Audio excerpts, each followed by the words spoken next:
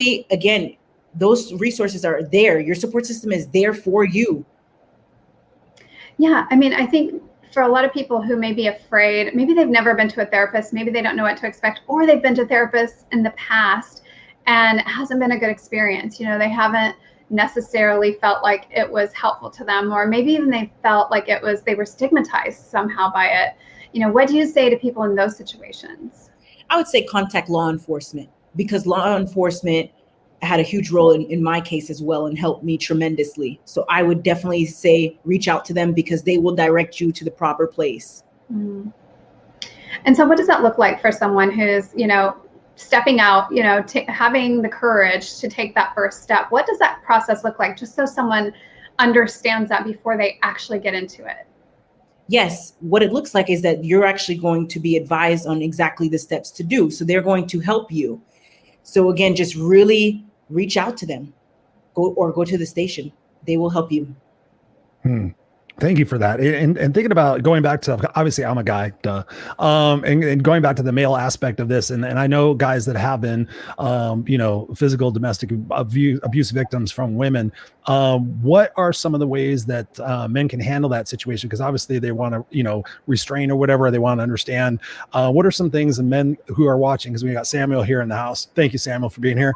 You know, what are some things we can help them better understand the domestic violence, where it's coming from, and how best to deal with it, aside from having to completely just go through law enforcement and things of that nature? Is there ways to squelch that, and ways that we can understand a little bit more why it's happening, and maybe that we're the cause of it? Yes, great question, Christopher. So essentially, back to what one of our panelists said, Grady Taylor, on the domestic violence panel, in regards to what he was dealing with. And I mean, for men, it's kind of different. They feel like it's different. Why? Because they're taught in our society that they can't have emotion, or that they can't really express themselves. So I know for him, it was really difficult to come forward about that, but he did, because he understood that it would save someone's life. So if you're a male today and you're listening to this and you're in a domestic violence relationship, or you've been through a domestic violence relationship, seek help. You're not alone. And really, I would just say, again, utilize that support system and speak to them about it. And really, if you are in danger, again, utilize that note method. If you need to write a note to someone and say, hey, I need help, people are there to help you. It's just a matter of taking action in regards to seeking help. That's so important. I mean, you have to take action. I mean, I interviewed a lady named Monica Kretschmer from the Universal Women's Network up in Canada. And when she told her story on my show, she said that essentially what happened was she was married and successful and had a 7-month-old baby boy. And she said that she thought the alcoholism and everything else was going to be fine and better. It's a really great interview. And she finally just realized that, you know, that she had to get out of the place. And so she went to the homeless women's shelter that she used to donate all of her clothes and donate money to. She grabbed her 7-month-old baby and says, I got to get the heck out of here, and went down there. And so she went from being a person who donated in that and got out of there. And my point on that, and I highly commend that, because, you know, she actually did take action. So many people sit there and say, I don't know what to do. I have no other choice. You know, it's like, I tell them to go live in their car, go do something, get away from this person, you know, drive to another state, whatever it is you got to do. But so often it doesn't seem that people will do that because it's comfortable, it's familiar.